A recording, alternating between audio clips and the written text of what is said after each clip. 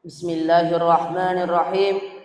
Assalamualaikum warahmatullahi wabarakatuh.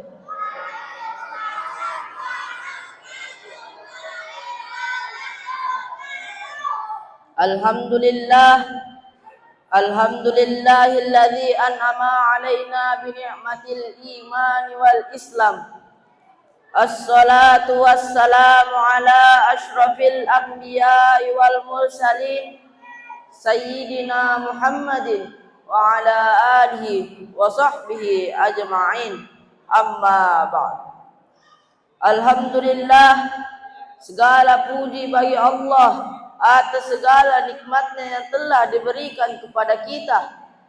Nikmat berupa nikmat iman, nikmat kesempatan, sehingga kita masih sempat hadir di tempat yang penuh berkah ini dengan tujuan sholat fardu isya secara berjamaah dan sholat sunnah tarawih secara berjamaah. Semoga Allah menerima segala amal ibadah kita. Salawat serta salam marilah kita kirimkan kepada Nabi kita, Nabi Muhammad sallallahu alaihi wasallam. Nabi yang mengantarkan kita dari zaman kegelapan menuju zaman yang terang benderang. Dengan kata lain, minaz zulumati ilan nur. Hadirin hadirat jamaah rahimakumullah. Pada kesempatan kali ini, izinkanlah saya untuk menyampaikan sebuah ceramah yang berjudul Pengadilan Allah Subhanahu wa Ta'ala. Di dalam ceramah saya terdapat satu tokoh yang sangat penting untuk kita pelajari darinya. Tokoh ini bernama Ibrahim bin Adham. Suatu ketika Ibrahim bin Adham sedang mengunjungi tempat rekreasi. Sesampainya di sana, beliau tidak diperbolehkan masuk karena tidak mempunyai karcis. Hal tersebut membuat Ibrahim bin Adham menangis sejadi-jadinya hingga orang-orang di sekitar merasa kasihan. Lalu ada yang berkata kepada beliau, "Fulan, berhentilah menangis, biar saya yang membelikan karcis." Dan ada pun juga orang-orang yang memberikannya sebuah uang. Tetapi anehnya, Ibrahim bin Adham tambah menangis dan tidak menghiraukan orang-orang di sekitarnya yang mengulurkan tangannya untuk memberi bantuan. Lantas ada yang bertanya kepada beliau, "Apa yang membuat Tuhan menangis?"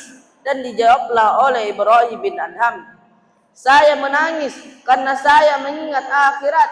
Bagaimana nanti ketika kita di akhirat, ketika sudah di depan pintu surga, tetapi kita tidak bisa memasukinya karena tidak mempunyai kunci surga, yaitu sholat. Karcis itu amal soleh kita, karcis itu ibadah kita."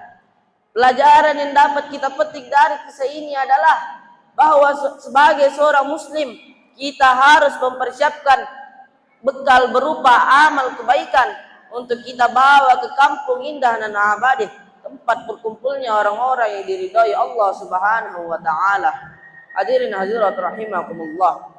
Berangkat dari kisah ini, marilah kita merenungi ketika kita di akhirat, yang dimana semua manusia akan disidang, diadili, dihakimi di pengadilan Allah Subhanahu wa Ta'ala. Pengadilan yang dimana tidak akan berguna lagi yang namanya harta-harta kita. Mengapa? Karena pada saat pengadilan itu Allah melihat bukanlah harta-harta kita itu, melainkan amal-amal perbuatan kita. Di pengadilan ini tidak ada satupun orang yang bisa lolos.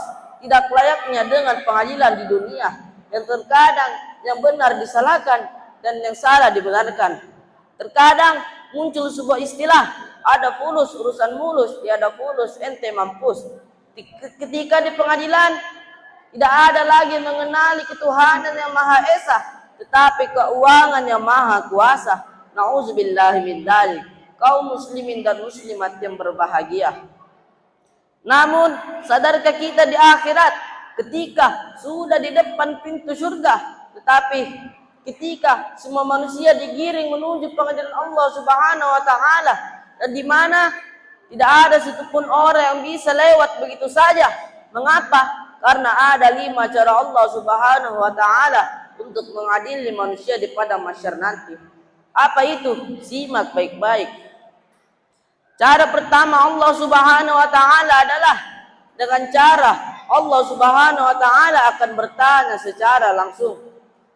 Hal ini sejalan dengan sabdanya Rasulullah sallallahu alaihi wasallam dalam hadisnya yang berbunyi, la tazulu qadama 'abdi yaumal qiyamah hatta yus'alah an umrihi fima afnahu wa an ilmihi fima fa'alah wa an malihi min aina kasabahu wa fima anfaqahu wa an jismihi fima abalahu.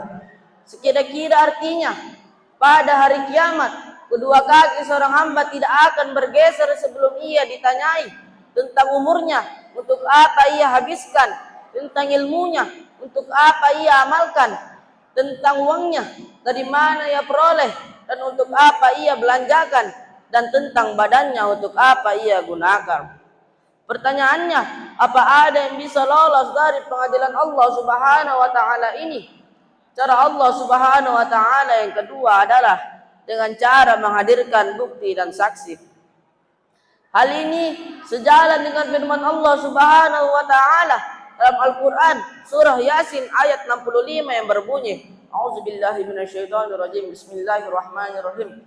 Al-yawma nakhtimu ala afwahihim wa tukallimuna aydihim wa tashhadu arjuluhum bima kanu yaksibun. Sekira-kira artinya, pada hari ini kami tutup mulut mereka dan berkatalah tangan mereka, dan memberi kesaksianlah kaki mereka atas apa yang dahulu mereka usahakan. Ternyata yang menjadi saksi dan bukti adalah tangan dan kaki kita. Tangan yang kita pakai berbuat dan kaki yang kita pakai melangkah. Itulah yang bicara di hadapan Allah Subhanahu wa taala. Lagi-lagi kita bertanya, apa ada yang bisa lolos? Hadirin hadirat jamaah yang insyaallah dirahmati Allah Subhanahu wa taala. Demikian ceramah yang sempat saya sampaikan karena waktu yang tidak mencukupi. Semoga kita semua dimudahkan oleh Allah Subhanahu wa taala untuk melewati pengadilan ini dan memasukkannya kita semua ke dalam surganya. Amin ya rabbal alamin. Kurang dan lebihnya mohon dimaafkan. Wabillahi taufiq wal hidayah. Wassalamualaikum warahmatullahi wabarakatuh.